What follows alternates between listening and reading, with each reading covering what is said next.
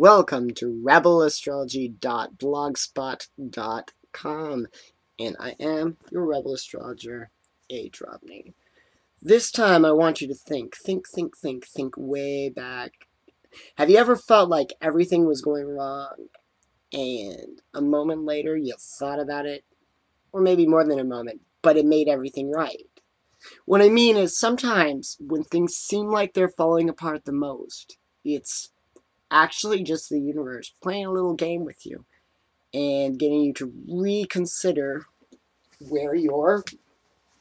how you're going about things. Why is this important? Well, right now there are some very challenging things going in the sky, but I don't want to focus on that. I want to focus on the challenging, marvelous opportunities, because they're there. And among the challenging, marvelous opportunities going on, the biggest one at this particular moment involves a little something called Neptune. Now, Neptune, what does that mean? Well, Neptune kind of governs things that have kind of a deep spiritual nature, but also things that may be self-destructive or come across as destructive. The high vibration of it isn't destructive in the sense that we like to negativize, but definitely puts a spin on it that is a little bit in the realm of things breaking up, and definitely order kind of coming apart and our definitions being challenged. Well, the great thing about it is if we're looking for that right now, we are poised to get a great deal out of it. You see, Neptune is conjunct with Chiron.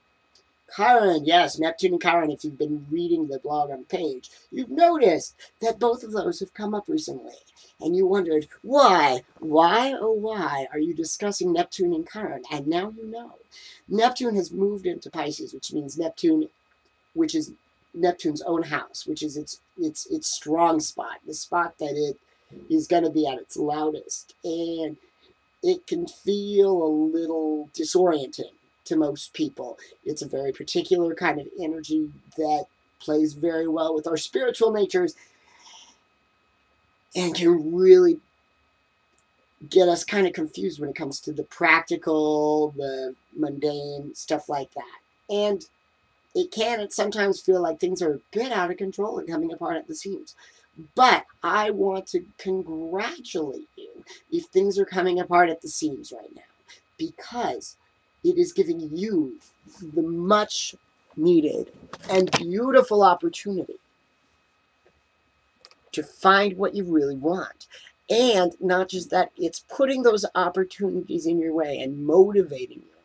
Once you find that the world is coming apart, I suggest you stop, you find the humor, and you laugh about it. Because when you laugh about it, you can pull back and kind of see some of the other opportunities in manifestation that are coming about just because the world sends you a curveball.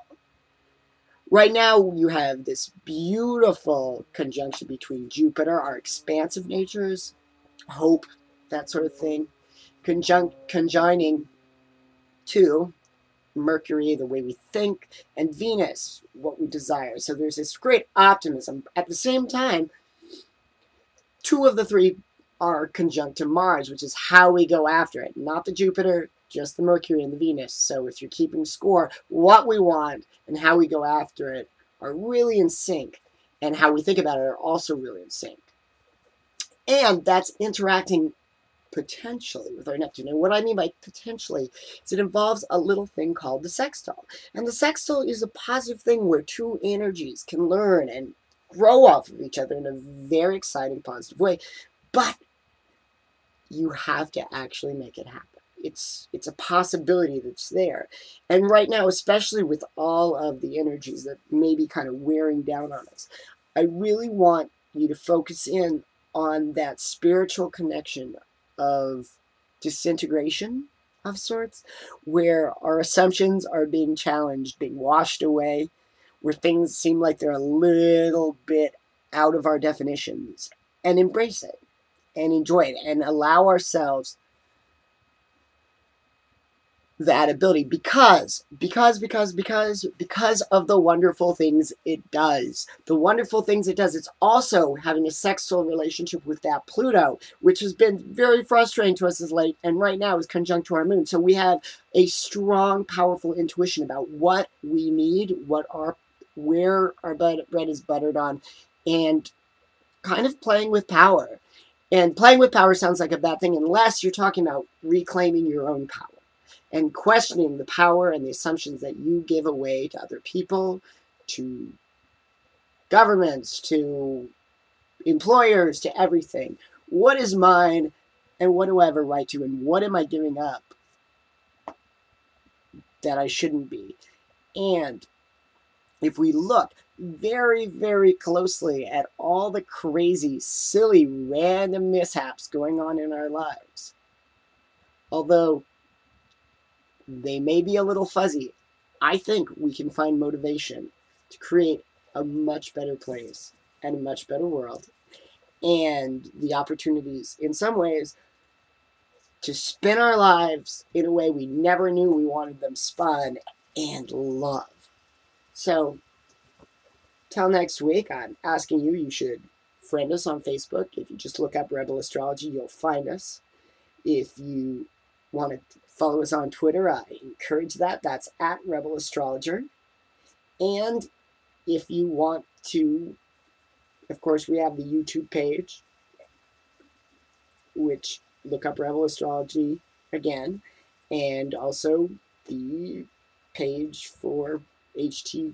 Oh, and if you want to email us, it's rebelastrology@gmail.com. And until next week, hey man, when they throw you a curveball, take the base.